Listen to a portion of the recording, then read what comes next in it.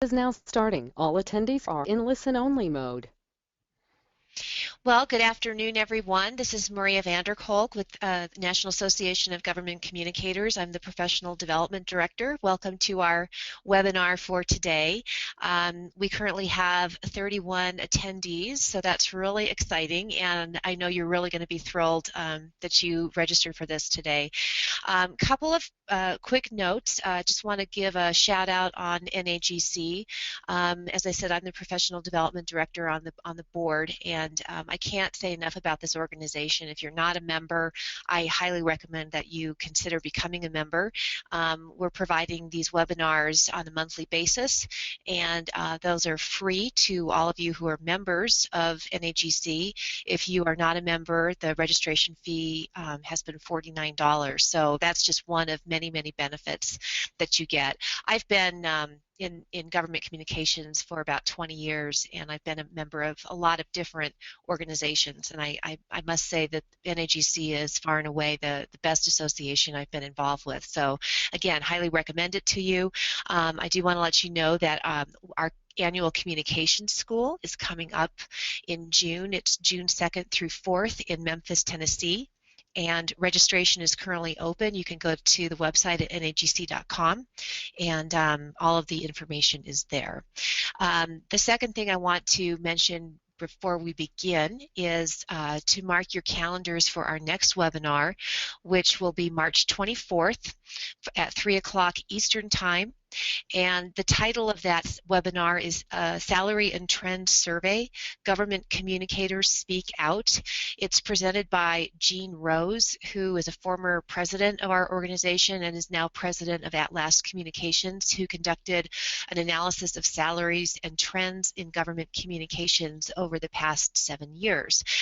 So that webinar will talk about things including work benefits that are desired by government communicators, technology, the shift in degrees being sought by government communicators, which jobs attract the best salaries, etc. So hope you'll mark your calendars for that.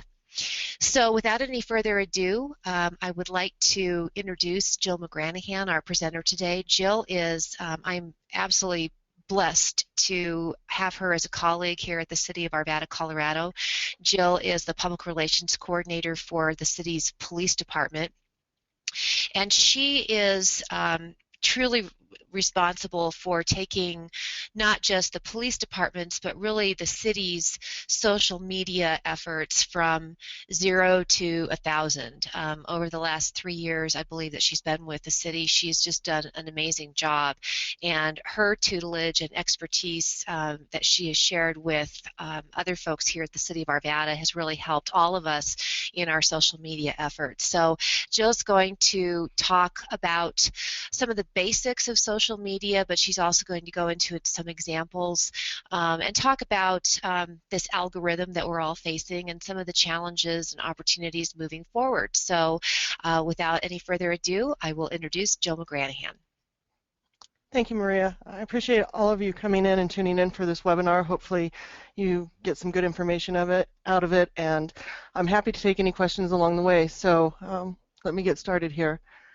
Social media, as you all know, is defined as the online tools and technologies that are used to create dialogue and foster the transfer of information. What that means is that it's become a primary means of communication, not only with your friends and your family, but with the media, with your community, and with the surrounding metropolitan areas. But more importantly, more than communications, it's allowed governments to take on this new ability to build relationships with the community, to really create a brand for themselves, and to take advantage of that transfer of information, not only by putting information out there, but really gathering information back about their community and what people are talking about and what they're interested in. And all of that is really paramount to strong cities and communities. How big is social media? These numbers I pulled from social media in June of 2014, but you can see there's 1.28 billion active users on Facebook. There's 255 million active users on Twitter, 540 million on Google+, and 187 million on LinkedIn. And while not all of these are members of your community, some very influential ones are, and are probably following you on your sites. So knowing that, we want to take a look at some of the more prolific social media platforms that governments can use and how they can be useful to you. Facebook, it's the largest social network in the world. As I said, there's more than 1 billion users worldwide and more than 7 billion visits each week. And when you think that there's only 8 billion people in the world, those are some pretty impressive numbers. The thing about Facebook is it's all about interacting and making personal connections, and something that is relatively new and exciting in government relations. I think government has a history of being very using industry speak, being very mechanical and very robotic. And these new social media platforms, as the word social implies, it's given us a way to really interact with the community. How is it useful? As I said, it allows you to create that relationship with your community and share important information via status updates, pictures, and videos. It gives you a platform to post the stories that are important to you. I think for many years government was reliant on putting out a press release and hoping that some news organization would pick it up and tell a story that somewhat resembled what they wanted to get out there. And now we have this opportunity to tell our own story and tell the things that we really think are important for our community to know. It gives us the opportunity to humanize government through different methods, one which is employee recognition. I'm going to try to give examples throughout this. So this is one that we did on the City of Arvada's website back on February 3rd. We had our snow removal crew out at 4 a.m. Making sure the roads were safe. So we gave a little shout out to them on the city's page, and then I shared that on our Arvada Police Department page. And as you can see, we had 164 people who liked that, some comments about, thank you, God bless all the plow drivers. And the nice thing about that is it humanizes governments. It lets the community know that these are real people doing real jobs out there. But it also, I'll take a screenshot of this and send it to our streets crew, and they know that they're appreciated. People are aware of the work that they do. So there's just a lot of benefit to doing that.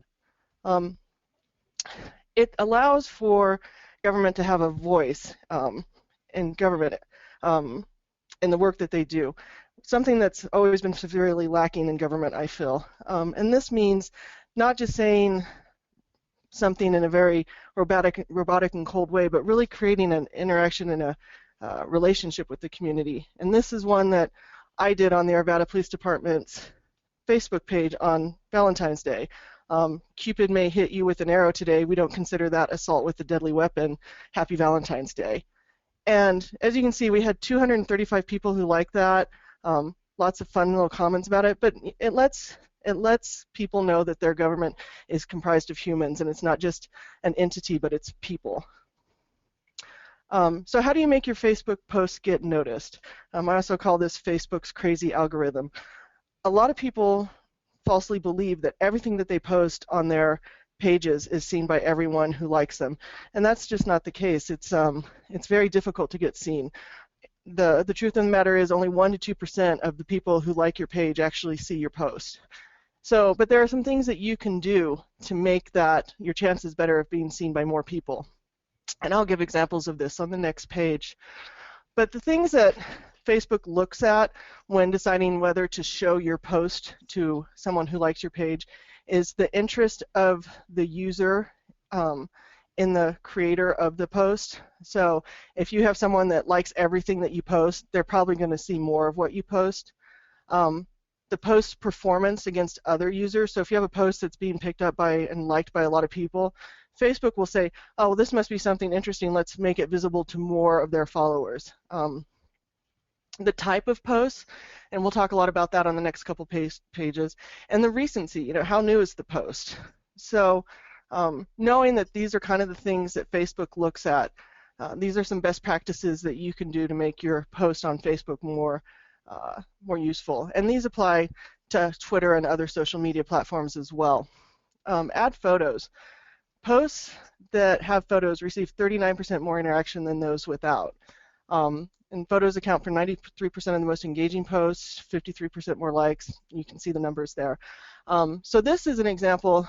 We had an officer here in Arvada that helped someone out of his own pocket, and it was a really great story. So we posted it on our Facebook page. we had 2,803 people that liked that post, 487 people that shared it, and more than 200 comments on the post. And because that one, we also shared it at the same time on Badge of Distinction, which is another police industry Facebook page. But because it was performing so well on our page, it was shared more widely on this national police page. And as you can see here, we had over almost 4,565 likes, 999 shares, I think something like 300 comments down here you can see. So because it did so well on our page, it opened up the audience for this on this other page that we were able to get even more people talking about it. So that we had incredible reach on that, not only here in our own community, but nationwide. Be concise. Facebook posts with fewer than 250 characters generate 60% more engagement. I think we all have friends on Facebook who have those long diatribes that they put out there, and random streams of consciousness, and nobody reads them because nobody has time for it. I think it's better to put something concise and that's informative out there. You can put links to a website if people want more information. They can make the decision to go find out more about it, but you want to be able to get your point across very concisely. Use emoticons. And this is another one of those that goes against every best practice of being professional and being in the government. But emoticons receive 33% more comments, are shared 33% more often. And again, I think this is because it humanizes government for the end users. Post on Thursday or Friday. I don't know why, but those posts seems to do better, about 18% higher interaction than other posts. Post questions. And this comes back to that interaction and making it a dialogue. So post questions and ask your constituency to weigh in and talk to you and ask and see what they are thinking about. I'll go back to that post about Cupid.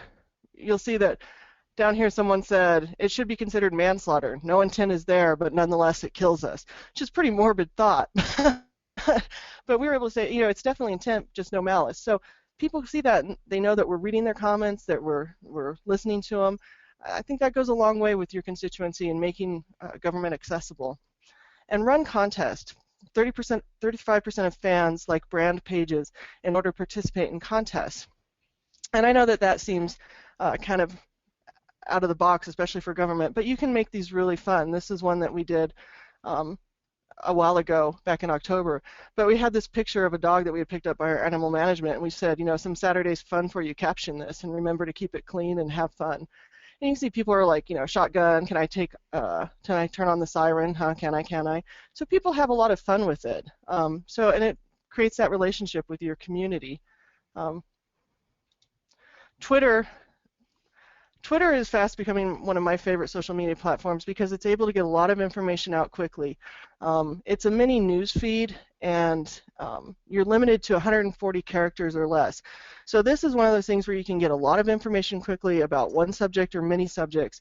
And then there's a lot of links that are used in Twitter so that you can go and find out more information that you want. But it's a way to gather information quickly and to get it out quickly. And an example of this is we had on January 21st, Maria contacted a colleague and I and said, we have a construction project that's not going to be done by rush hour. Can we get this out? So we put it out at, as you can see, 4:10 p.m. on January 21st. And within minutes, we had 11 people retweet it, including news stations and highway organizations. It was on the 4 o'clock news or in the 5 o'clock news, and we were able to really stem the flow of traffic at that intersection. And that's, the old days, you would have come back, you would have typed a press release, you would have emailed it off, you would have hoped that somebody actually opened the email before the news and read it and did something with it. Now we know that it got out there, it got to a lot of different people. You can use different social media monitoring tools to see what your total reach was on the post, but it was able to get the information out quickly. Another really great thing about Twitter is you can customize news feeds on the topics or the people that you are interested in by using hashtags. Hashtags are a way of aligning a message with a subject matter. So this is one that we used here in Arvada, but Jessica Ridgway, as some of you may know, was a young girl here in Arvada, 8 years old, I believe, who was kidnapped and murdered by a 17-year-old. And it was a huge, horrific story at the time, but you can see the hashtag Jessica Ridgway. So if you type that into Twitter, you can see everything about that, people talking about it. You can see the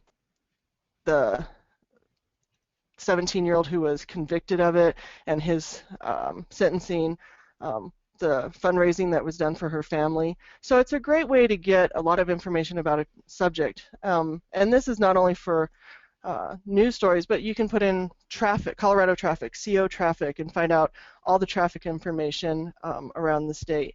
You can. So, Jill, this is Maria. Yeah. Could you just explain really quickly, how do you actually create your own hashtag? Well, you can look at Twitter and follow news stations, and they'll use a lot of them. There's some that there's not like a end-all be-all list of hashtags, but whenever there's a major incident, usually someone will hashtag it, and then everyone picks that up. I use one that I've created for our marketing strategy in the Arvada Police Department called hashtag Neighbors Connected. And that's way people know that this is something that is important for our neighborhoods to know, that's good information, whether it be a class or a crime spree, but it's a way for people to follow information specific to Arvada. But there's a lot of them that you just kind of get, as you use Twitter and become more comfortable with it, you can see what the people are using. Hashtag COWX is Colorado weather, if you want to follow the weather in Colorado. Hashtag CO traffic is for traffic. So you just kind of get used to them, and when there's a major news event like the Waldo Canyon fire, you know, you could put in hashtag Waldo Canyon and you would be able to find information on it. So it's really, people brand the tweet with a hashtag in order to get it into the conversation and into the news stream at that time. Does that make sense? Yeah. Okay. Pinterest is a virtual collage or collection of images. It's the #3 social media network in the US. But what's really interesting about Pinterest and makes it, I think, an important platform is that 80% of the users are women. And as most of us know, women are usually the decision makers for households. They're usually very engaged in their community and in government. So it's a great way to talk to a very important constituency. The thing that's really useful about Pinterest is that you can provide options to your community on it. You can have, Pinterest is divided by boards, so you can create bulletin boards that you pin pictures onto. So you can create one for park designs or urban renewal and say, hey, we have this blighted area in our community. What are some ideas that you'd like to see happen with that? And people can post pictures of what they'd like to see happen with it, and you can get a feel for what your community wants to see in their neighborhood. You can use it to drive neighborhood initiatives, whether it's community block parties or others. Just put images up there. It's very image driven. And it's also very informative. One of the ways that we use it for the police department is we have a lot of parents that want to know about street drugs and how they can identify them when they're kids. So we created this page where we can say, hey, these are some of the different types of drugs that kids use, and these are some of the effects that they have, and this is what they look like. It's to help. It's getting the information to the parents and to the people who want it in a very image-driven way. YouTube, I love YouTube. Most of us have probably watched a video on YouTube. And what it is, it's online television. The nice thing about it is it's really educational, and it really helps you to tell a very complete story. News sound bites, when you're doing a media story, you usually get about a 9-second sound bite. This one gives you the time to actually tell the full story. You can highlight, sorry about that, projects that are important to you. This is one, we opened 2 new community police stations in Arvada almost a year ago on March 4th of 2014. And so we did this little 7-minute video with our police chief talking about what these community stations were, what the thought process was behind them, how the community could use them, how we hoped it would address crime issues in the communities. And so it was really able to give us a platform to tell a complete story. And another thing that you can do is combat negative press, something that As I said, you get a 9-second soundbite, and usually it's not one that tells this story when you're doing an interview. And so what we've started doing at the police department is we videotape all of our media interviews, all of our press conferences. And then if the media tell the story and we don't feel like it's a complete story, it doesn't give the full information, we can go onto our social media platforms, whether it's YouTube or Facebook. You can link to it. But we tell the story and we use the video footage that we took. So we're able to tell our story in a more complete way. This is something that the Denver DA's office did as well. They were being really hounded by a Channel 7 news reporter.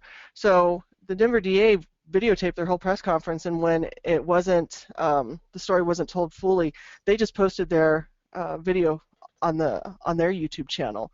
So it gives you a chance to really tell your story. The possibilities are really endless with YouTube. It's a great platform for government, in my opinion. Nextdoor, this is a relatively new platform, but I think it's going to continue to grow, and I think it's really important for government. If I kind of describe it, if Facebook is your platform to talk to the world, so you can't control who likes your page, and they could be from your city, from a neighboring city, from across the country, from across the world. Nextdoor is your platform to talk to just your neighbors, because municipalities can work with the company Nextdoor to establish neighborhoods, and then people must live within those neighborhoods to join, and that is verified via a credit card statement or a phone number. And I want to say here that there's no charge for it. It's free for anyone in your community to use. They just use the credit card statement because of the address associated with it to ensure that you live in that neighborhood. So Nextdoor is very community driven, whereas Facebook is much more world driven. You're able to really micro-focus on different parts of your city, and you can divide your city into council districts, neighborhoods, police sectors. So it gives you the ability to address specific neighborhood issues without involving the whole city. And let me bring this up here. I will state that the platform that we as a government organization that use Nextdoor looks very different than the interface that the end user has. Theirs, they're able to see comments from other neighbors and speak to each other. For us, it's really about pushing out information, and then community can interact with us by replying to it. But as you can see, this is a map of Arvada, and let me open it up a little bit bigger here. But you can see the lines delineate the different neighborhoods, and you can see how many members there are in that neighborhood, the number of households, and how many of those households are actually interacting with Nextdoor. So we have some that only have like 7%, but we have some that have 89%. So we're able to really talk to just a neighborhood. And let me go back to the home here. So what you'll see is that we'll post messages from either the city or from the police department, and we can set this one for the Vance Street closures. We just talked to the neighborhoods that were around Vance Street to let them know what was going on with that. Citizens can reply and we can answer back to them. This one, we have our first sexually violent predator moving into Arvada, and by statute, you have to do community notification. Well, we just want to notify the neighborhood that he's actually moving into. We don't want to notify the whole city. So this gives us a vehicle to do that. But then we also have like the Spring Citizen Police Academy that we're doing. And this one we want everyone in Arvada to know about. We want everyone who wants to register to participate in it. So we're able to put that up there. And again, you can see people interact with this and talk back to us. So it's a great platform to really just talk to specific neighborhoods. And when you create a post, you can send it to everyone, to all those neighborhoods in Arvada or in your city. Or what we did in Arvada, we've divided them up by council district or by police sector. So if we have a crime spree that's happening in one of our sectors, we're able to talk to just the people in that sector and say, this is what we know, this is what we want you to look out for, these are some of the things that you can do to combat issues here. So it's a great platform for really talking specifically to your community. A couple other platforms that I think are just worth mentioning because you're seeing more and more people use them. Instagram, it's a very image-driven platform. It's a much younger demographic. We don't use it in the city of Arvada, but I know, for example, the Jefferson County Sheriff's Office does use it. So some government entities are starting to use that. And My Sidewalk is very new. It's very politically driven. It's about how to talk to your elected officials. I think the jury's still very much out on this, but it is one that's being talked about in government relations and government work. So the overarching takeaways that I hope that you get from this is that social media is needs to be very interactive via questions, contests, ideas. I always try to think utility or usefulness when I'm creating posts for our social media. People have finite time, and you need to make your site one that's worth visiting, whether it be really informative, whether it be engaging and entertaining. I think it's just really important to think utility. It's really important to think relationships. Social media is about building relationships, and it's a two-way dialogue. And I think it's one of the first opportunities for government to really have a two-way dialogue with its constituency in a very direct manner. And don't think that you have to do all of these. I think that's very important. It's better to use one or two really well and make them really interactive and useful for the community than to do a bunch of them and have them done poorly. So with that, here's my contact information. I'm always available for questions, and I hope that you'll have them. You can follow us on Facebook on my personal Facebook page or the Arvada Police, or contact me via Twitter. And if you have any questions, I'm happy to take them. Oh, thanks, Jill.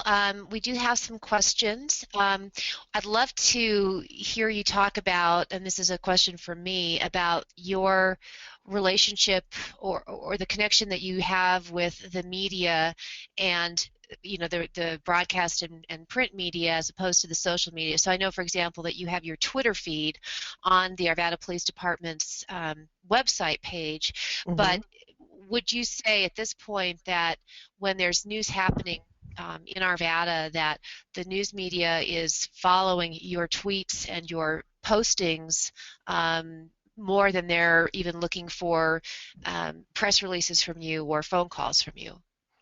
Absolutely, and I would say that fully 90% of my interaction with the media is done on Twitter or via email.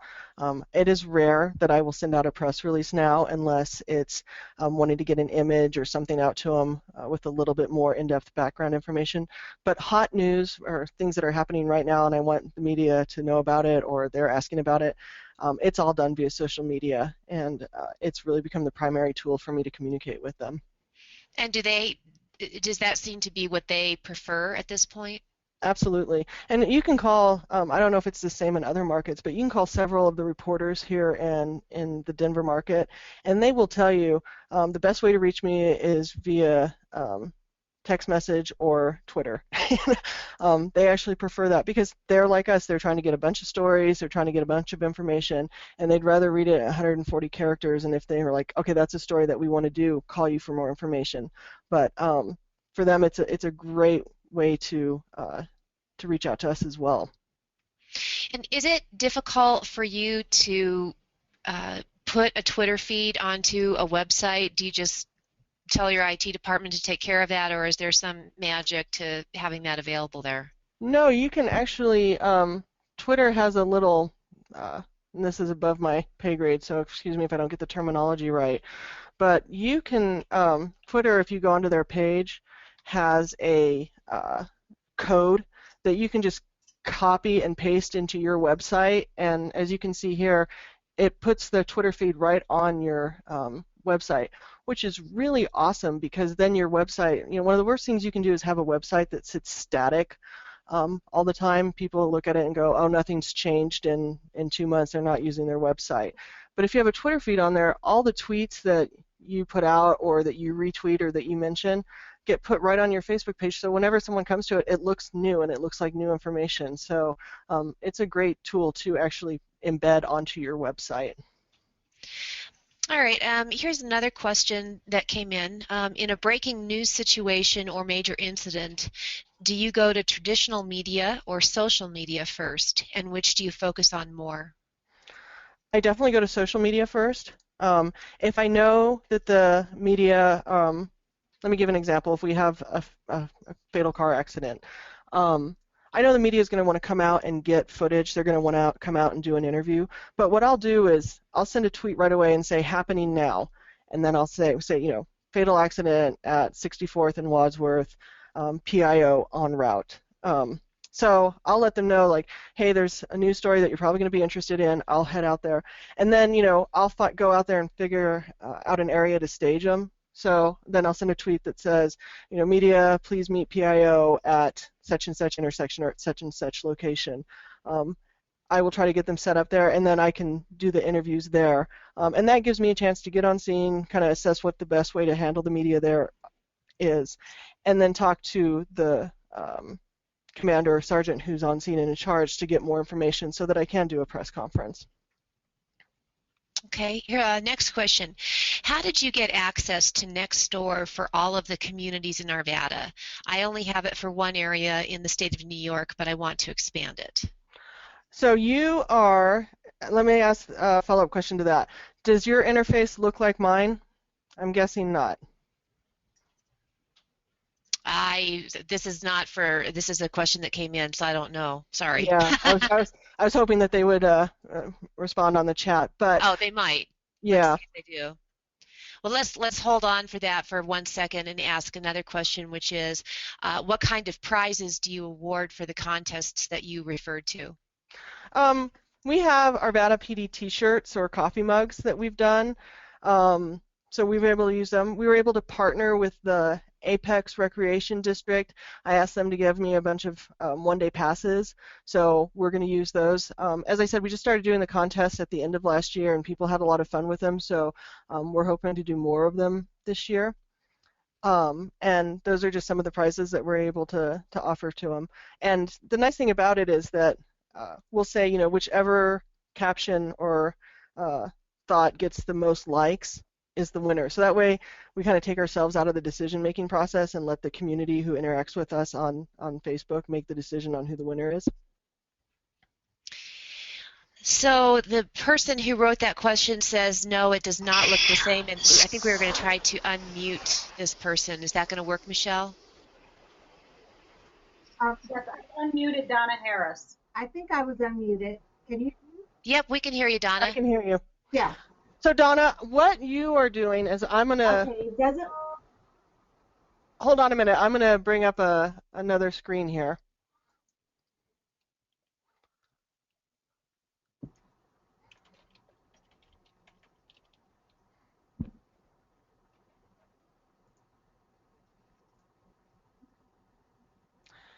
Is this what yours looks like? The screen hasn't changed yet. Your screen hasn't yeah. changed? No, I see Facebook, not Nextdoor. Okay. My screen is usually just the cue, someone comes into the neighborhood, they say you can welcome the person. And, yes. So what you are doing is interacting with Nextdoor as an end user.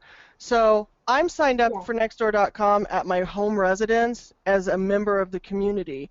And that one allows me to see the post of my neighbors, to see which neighbors are joined, which ones have not joined. As a city entity who chooses to work with Nextdoor, the platform that you interact with is very different, because they don't want it to seem that Big Brother is eavesdropping on the neighborhoods to listen to what people are saying. So I'm not able to see all the people who have joined Nextdoor in Arvada, what they say to each other, who they are, where they live. What I can do is push information out via the government platform for Nextdoor, and then people, if they choose to reply or comment, I can talk to them, but I'm not able to see what they are saying to each other. And my response to you is to reach out to Nextdoor. If you go to the bottom of the Nextdoor platform that you have, there's a thing that says contact us. I'm not sure where it's at right now. but you can contact them and say, I want to sign up for Nextdoor, but as a government agency, and then they will work with you and your GIS to decipher the different neighborhoods, to create the boundaries for them, and allow you to start talking to your different neighborhoods and the constituencies that exist in your city. And Donna, I will say that we have another individual in the city of Arvada who is very good on Nextdoor, and if you would like to get more information or chat with either Jill or this other person, you can certainly send me an email or send Jill an email, and you guys can talk offline about maybe more details on that. Absolutely, happy to do that. Yeah. Next question, Jill. Somebody's asked about Google Plus. You didn't mention it other than at the very beginning. And is it worth using, or should you just focus on Facebook? My personal opinion is focus on Facebook. I think Google Plus is it's growing, but it doesn't have the following or the interaction that you would have on Facebook or other. I think I try to have a presence, or at least an account, on all social media platforms. And the reason is if there's ever a communications crisis on that platform, I don't want to be on the learning curve of figuring out how to sign up, how do I use it, how do you interact with it. So I try to have an account on all those different platforms, but I don't use the one for Google Plus at all. I just use Facebook. Okay, next question. Can you talk more about how the Facebook algorithm has changed the way your posts show up in users' news feeds, and what tactics you have used to raise your visibility? The thought process behind it is Facebook wants to have more pay-to-play for pages. So, because most pages belong to businesses, government entities, organizations that have a budget of some kind. So they have rewritten their algorithm so that you can put up a post and it'll reach a very small, as I said, 1% to 2% of your total likes. And then you pay to promote it and reach more of your audience as well as others. So it's kind of the way that they're trying to make money off of their product. But as I said, there's certain things that you can do to combat a little bit that, and this goes back to that, you need to make your posts really interesting. So the more people that like it, the more people who are going to see it. The more people who interact with a post on Facebook, whether it be via a like, a share, or a comment, the more people who are going to see it. So this goes back to some of those ideas that I was throwing out there about, use photos, use emoticons, post questions that give people the opportunity to interact. So if you post a question, some people might not respond to it, but some people might say, oh, they're asking me a question, let me respond. And the more people that do that, the more people that will interact. So those are just some of the things that you can do to combat that algorithm. It used to be that 20 to 30% of your followers would see a post that you put on Facebook. But as it's gotten bigger and more people are using it and more and more people are liking pages, the window of opportunity gets smaller. So those are just some of the things that you can do to combat a little bit of that algorithm. All right, next question. Are you concerned about any liability if you are on Nextdoor, but you're not able to see any posts that could be tips or information on crimes being discussed and you are unaware? Yes. It's frustrating because, when I had the conversation with Nextdoor, one of the things was, well, what if there's an issue in a neighborhood that's crime related and we're not aware of it, but if we see them talking about it on Nextdoor, we can say, oh, this is something that needs to be addressed, or that, oh, this is something that we can help with. It would be nice, but I understand Nextdoor's position of, we want people to organically sign up with Nextdoor. We want them to feel like this is their neighborhood where they could talk to their neighbors and interact with them. And they don't want it to feel like it's a platform for Big Brother to listen in. So that's one of the things that kind of limits it. Our hope is that we have anonymous tips page on our website. We have an Ask Arvada, which is a platform for people to write in questions. we hope that we have enough other avenues for them to reach out to us and contact us about issues that they will. The nice thing about Arvada is that we have a really engaged community. We're at almost 6,100 people on our Facebook page and about the same on Twitter. And they talk to us, they ask us. We just had a big snowstorm, and so they were like, hey, how are the roads? You know, can you tell me if the snowplows are out? We interact really well with them. So our hope is that they have enough other platforms that even though we can't see their conversations on Nextdoor, they're reaching out to us in other ways. Okay, next question. Is it normal to use your own Twitter handle in your own tweets? You know, this is funny. I was actually mentioned in a book on social media and law enforcement called Walking the Social Media Beat. Tim Burrows, I believe, was the author of that. But he actually cited Arvada as an example because I do that. I mention myself in my tweets and say, you know, join at Arvada Police this Friday for whatever, because it puts out the tweet, but it also gives us a mention, and it expands that reach that way. So I don't know if a lot of organizations do it, but I think it's a great way to keep your name out there and to keep your Twitter handle out there because you want people to know how to find you. Okay, next question. On Nextdoor, I tried to reach out to sign up as an administrator, but was told they only accept police organizations at this time. That's not true. I was going to say, yeah, because we have the city of Arvada who also participates, and they're definitely not a police organization. And I know that the Arvada Fire Protection District, which is a completely separate entity, it's its own tax district. They have a Nextdoor account. So I would say reach out to someone else at Nextdoor. Yeah, and whoever posted that question, again, send me an email or send Jill an email. We can connect you with the other person at Arvada that does our Nextdoor that's not related to police and you know, provide you some more information about that. And I have the contact that we worked with when we set up our Nextdoor account because I reached out to Nextdoor because I had seen this new platform and wanted to learn more about it and found out that our someone in our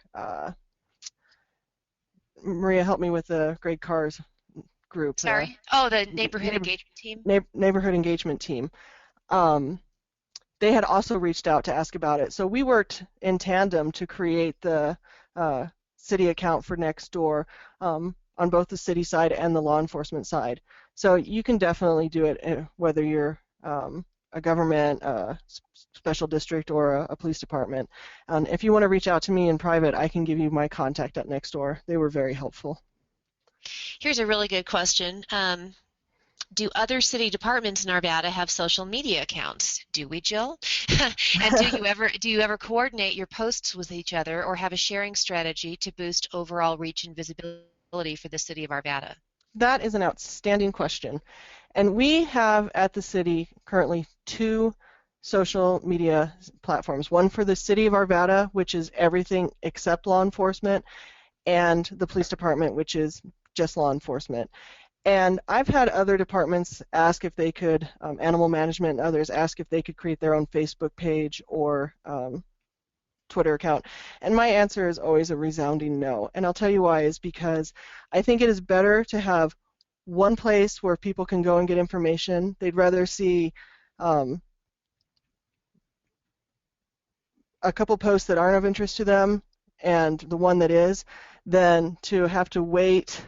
If there's a post on let's say animal management started their own page, they'd have a post and maybe a week later they'd have another post and maybe 2 weeks after that they'd have another post because they don't have as much information as the aggregate of the law enforcement community here. So it makes their page much less fluid, it's static for long periods of time, and it fragments my audience. So I have 6,100 people on my Facebook page, but if I had to fragment that out and say, okay, these 1,500 are going to get this information because they said that they're interested in the community response impact team. And then these 900 are going to get information because they said they're interested in animal management.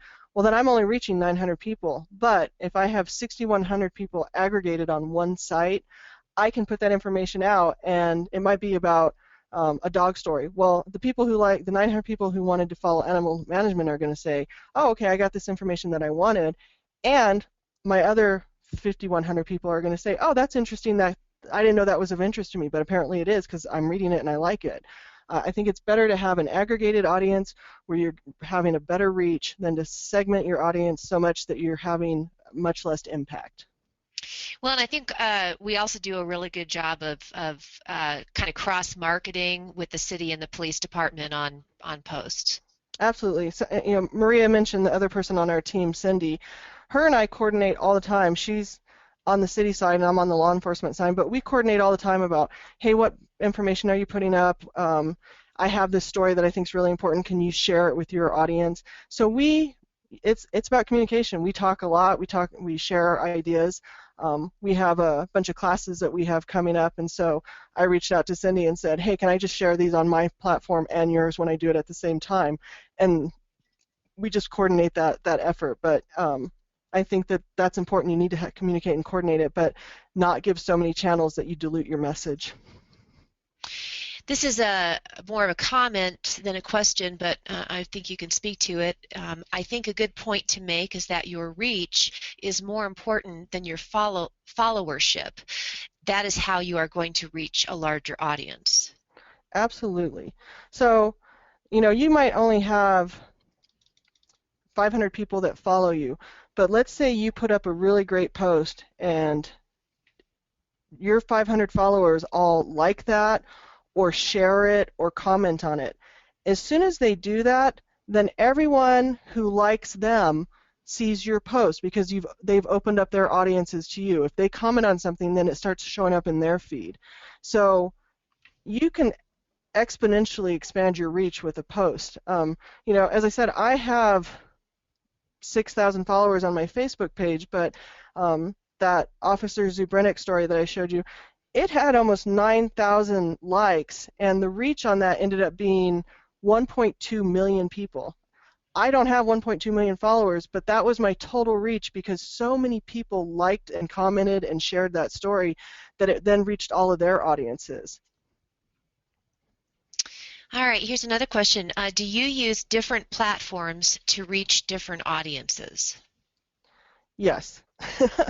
So if I have just quick little tidbits of information that I need to get out, whether about a hot news story, I'll use Twitter. I won't usually put that on Facebook. If I have human interest stories that I want to share, I will put that on Facebook and put the pictures and tell the whole story. I might put a tweet out that says, read about Officer Zubrinek and the good work that he's doing in the community and link back to the story, but it gives those people on Twitter the option to go read it or not. But that was a story that was designed for Facebook. I have things that I want to put out to, for example, we're having a community meeting at one of our new police stations to introduce the new commander out there. I will just put that out to the Sector C audience on nextdoor.com because it's just for the Charlie sector audience and the commander who's out there. So I don't put everything on every platform because, again, I think that you need to take advantage of how the platform was designed and how it's used. And that's a matter of a lot of just using them, getting used to them, feeling comfortable with them, seeing how people interact with them. But yeah, I definitely try to segment how I put information out on which platforms. Okay, here's kind of a lengthy question. In the current slide, it says photos perform better in terms of engagement.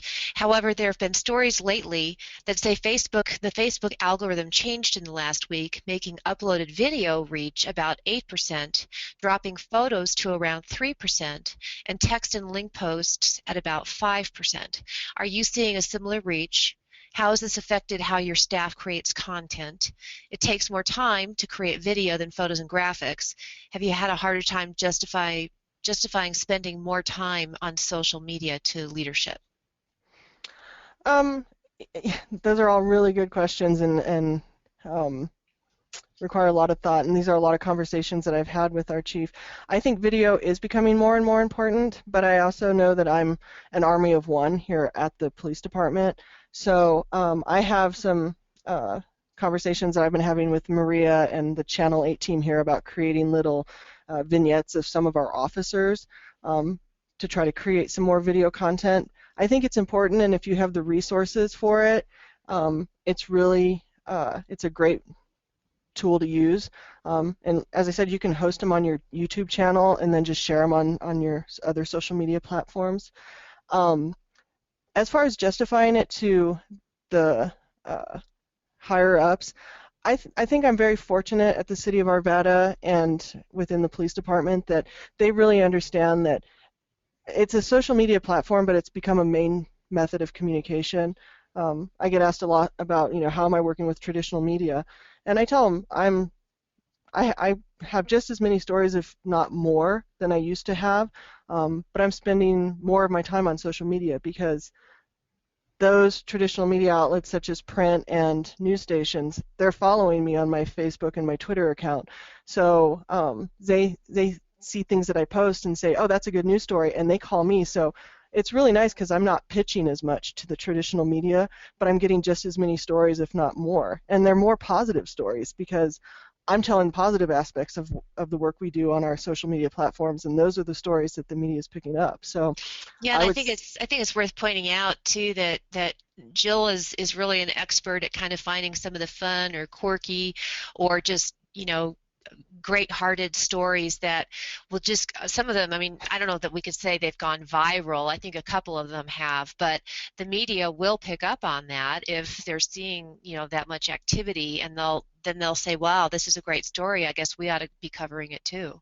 Absolutely. And, it's a lot of work to pick up the phone and call a news reporter and pitch an idea, and, but if I can tell the story completely in a Facebook post and put some pictures up, I think that they're going to look at that, and I have a better chance of getting that story on a television station than if I call them up and try to give them a 2-second pitch and have them try to understand what I'm saying. Right. So you can absolutely take advantage of your social media platform to reach more traditional media, and that's what I'm doing. And I think if you can explain that well to your higher ups, they get it, they understand. So here's another question. When just starting out and your likes and followers are few, is it worth paying Facebook or Twitter to boost posts to get more likes and follows? Once you've built your likes and follows, is it ever worth paying to play? And how do you justify that in your budget? Those are great questions. These are really great questions. They're fun. So I think in the beginning, when I started at the police department 2.5 years ago, I had just under 900 Facebook followers. And as I said, now I'm at 6,100.